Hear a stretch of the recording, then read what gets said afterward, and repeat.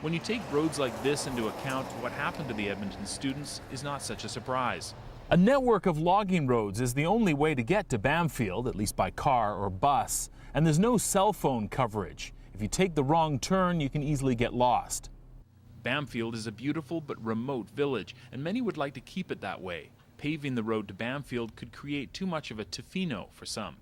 The challenge of driving to Bamfield is simply the way it is here. I've had friends coming down to visit, and they've actually got to the points where you can get lost and turned around and gone home because they don't know where these roads go. And, you know, like I said, unless you know it, you're lost. Those of us that have done it a lot sometimes forget that it's confusing for those that have never done it before. Most people come in via Port Alberni. The road's well marked that way. It's nice and wide. Just bring a full tank of gas and a spare tire. On the road to Bamfield, Jonathan Bartlett, A News.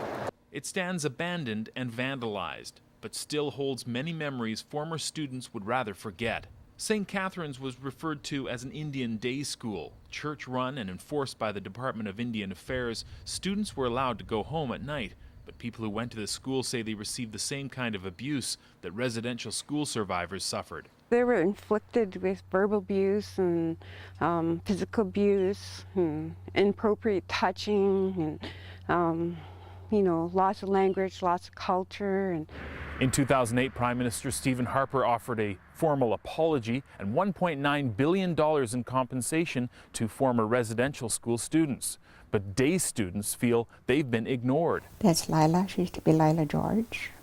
Polly Jack's aunt, Philomena Alphonse, attended St. Catherine's Indian Day School in the 1940s and 50s. She's among 800 former day school students in Cowichan who have joined a class action suit against the federal government. They're looking for $15 billion in compensation. I think we should be treated just as same as the residential school because there was no difference. This is only Lana Williams' fourth time out trap shooting. She's already excelling at the sport. Just last week, my third time out, I got 21 out of 25 shots, so doing pretty good. You like it? Love it. A moving target is used in trap shooting. A clay disc or pigeon.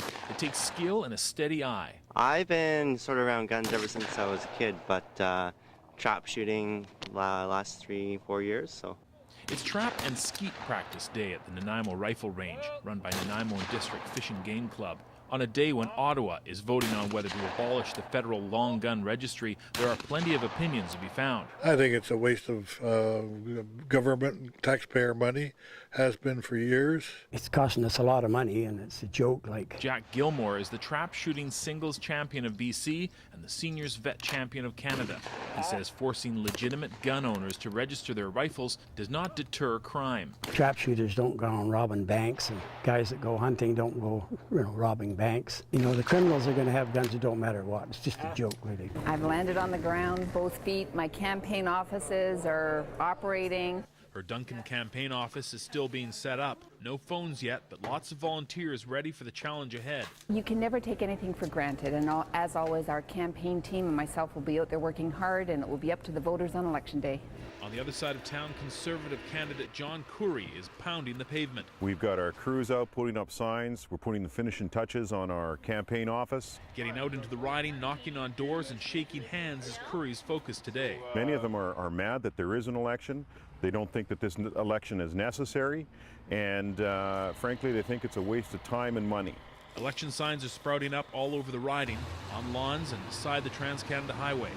It's still early in the campaign, but where are all the Liberal election signs? Good question. In fact, where's the Liberal candidate? The fact is, there isn't one. The Liberals have yet to nominate a candidate for the Nanaimo Cowichan riding.